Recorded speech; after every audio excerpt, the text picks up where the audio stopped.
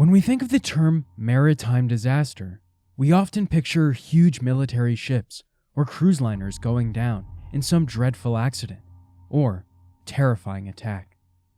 It's a fearful image etched into the minds of both the general public off the back of popular culture, as well as the many individuals who have survived such ordeals for real.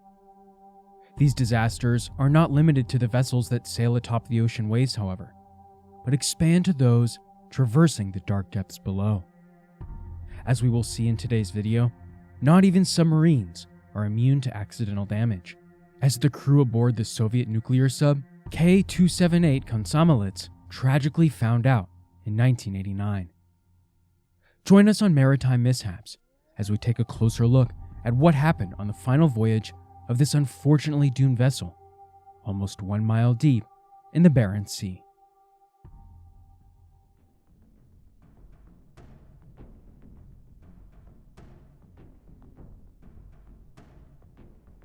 This impressive vessel started its life under the shorter name K-278, later being renamed in 1988.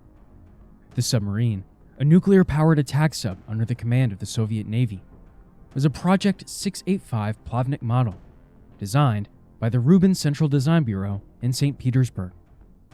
Over the best part of a decade, starting in 1966, the Bureau meticulously planned to create a new type of submarine, one that would become a formidable force in the seas, rivaling almost every other submarine in operation at that time. They finished the planning in 1974, taking their time to design a vessel that could carry cruise missiles, torpedoes, and nuclear warheads. 4 years later, in Severodvinsk, a coastal city in the northernmost reaches of European Russia, the keel of the K-278 was constructed. Over the next 5 years, Russia's most accomplished and determined engineers would assemble the rest of this submarine. To the keel, they affixed a double hull. Titanium reinforced the structure of the innermost hull, and 7 compartments, some of which were reinforced with bulkheads that would create safe zones for the sub's occupants, composed the outer hull. This meant that the K-278 could dive much deeper than any of the American submarines operating in the oceans at that time.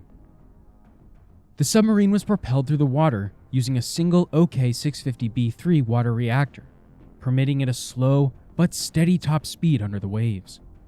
Additionally, escape capsules on board meant that, in the event of an accident or attack, the crew could depart the submarine and reach safety on the surface. These last additions would, eventually, prove vital to some.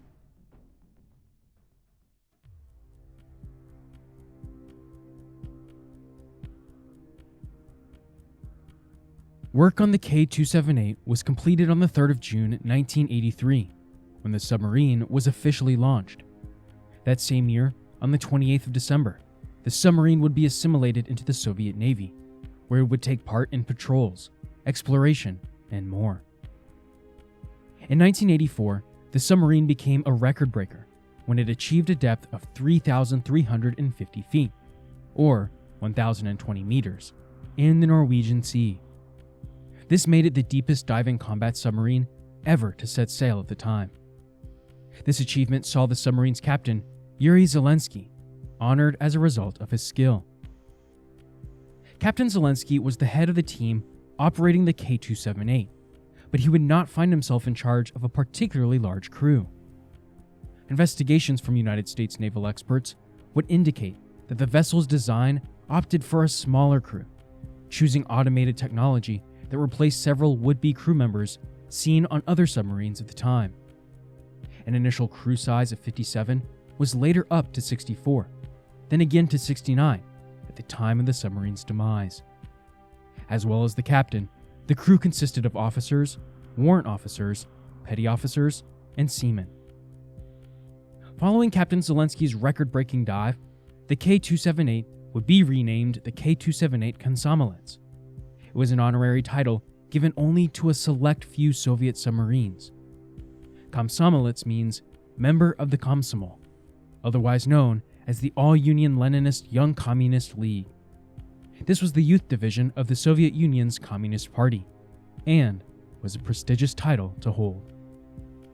Unfortunately for those on board, the Prestige wouldn't be around for much longer.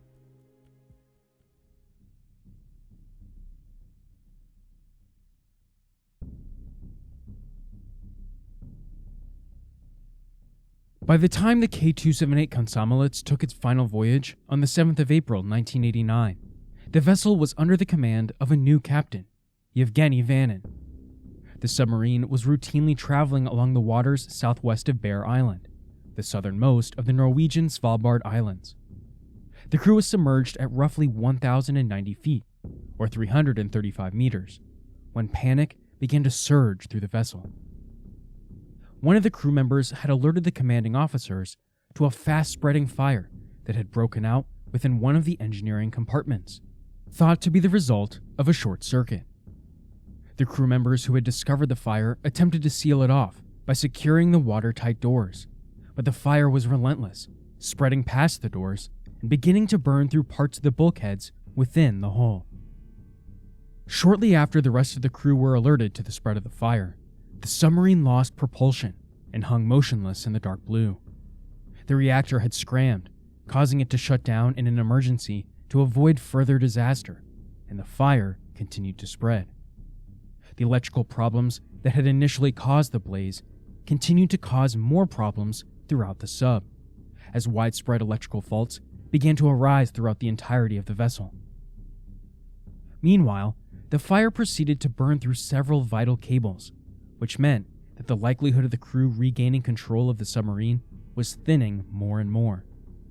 In a desperate attempt to sustain the lives of those on board, the crew opted to blow the ballast tank, a compartment that holds water to provide stability, causing the submarine to rise to the surface.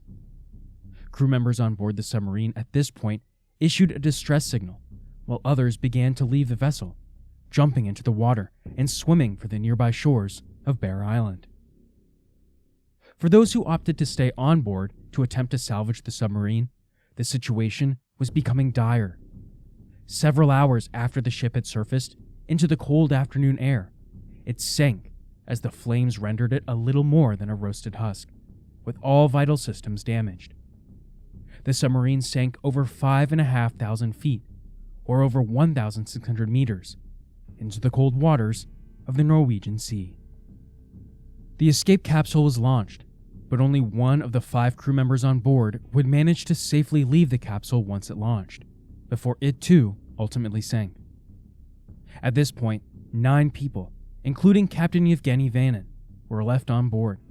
All of them perished in the disaster. 27 people out of the 69 involved were able to evade death in this terrifying ordeal, and 42 individuals lost their lives. As well as the 9 trapped in the wreckage, 30 would pass away from hypothermia as they attempted to swim to shore, and a further 3 would die from their injuries after being rescued.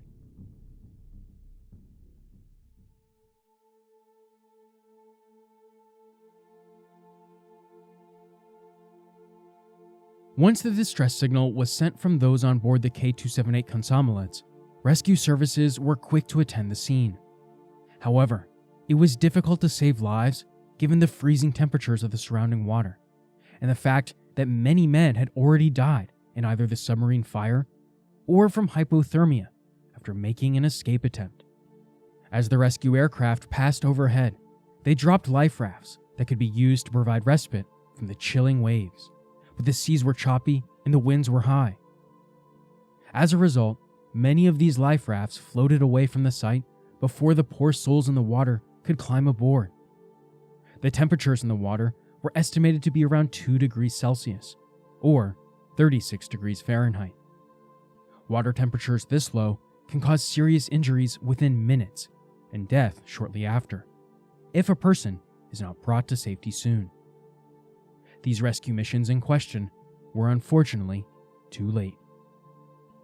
81 minutes after the submarine went down, the B-6410 Alexei Klobastov, a floating fish factory, was able to pick up stragglers in the water, as well as those stranded on the rocky shores of Bear Island. The 27 survivors were returned to Russia and were awarded the Order of the Red Banner, the first military decoration to be introduced into Soviet ranks.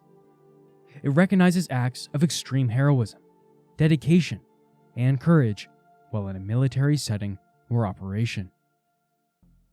Shortly after the incident, it became common knowledge that the submarine had been lost in Norwegian waters.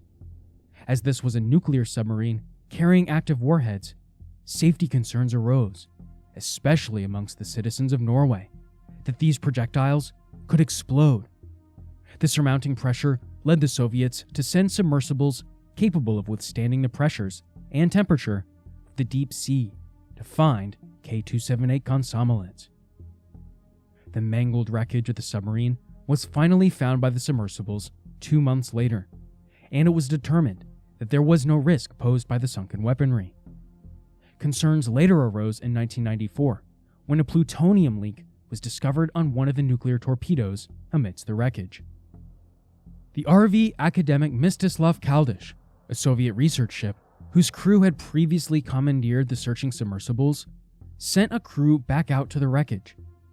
Divers would seal the hull fractures around where the warheads were stored, using a partially liquid sealant. That would keep the radiation secure for 20 to 30 years. Norwegian officials have been taking water samples from around the wreck every year since the disaster, meaning that if there is a danger that arises from the wreckage in the future, they will theoretically find it and fix it. In 1993, a few years after the sinking of the K-278 Komsomolets, Vice Admiral Yevgeny Dmitrievich Chernov, the commander of the Komsomolets submarine group, decided to create a charity to honor those who died in the incident and to support the struggling families of those who had lost fathers and husbands that day. He named it the Komsomolets Nuclear Submarine Memorial Society, and it is still in operation today, continuously expanding to support more families affected by such disasters. Since it was founded, the charity now supports the families of all crew members killed in submarine disasters across Russia. The charity may have helped lay the foundations to influence the huge degree of support offered to the families of those who died in the much deadlier K-141 Kursk submarine disaster of August 2000. Families of the 118 lost souls of the Kursk were compensated with the equivalent of $32,000 and were issued with a free house in any town of their choosing in Russia. The Komsomolets Nuclear Submarine Memorial Society does not currently have the funds to accommodate such massive benefits, but still continues to help those affected by smaller incidents. The wreck of the K-278 Komsomolets is a chilling reminder that not even the most high-tech vessels are safe from utter destruction if accidents occur, and the fact that the nuclear radiation on board the submarine still poses concerns today adds to this. It's easy to remember just how fragile human lives can be when they become exposed to a burning vessel, or the near-freezing waters of the Norwegian Sea. Unfortunately, this disaster is far from the only one of its kind, and over the years, plenty of additional submarines have succumbed to disasters and accidents that occur on board.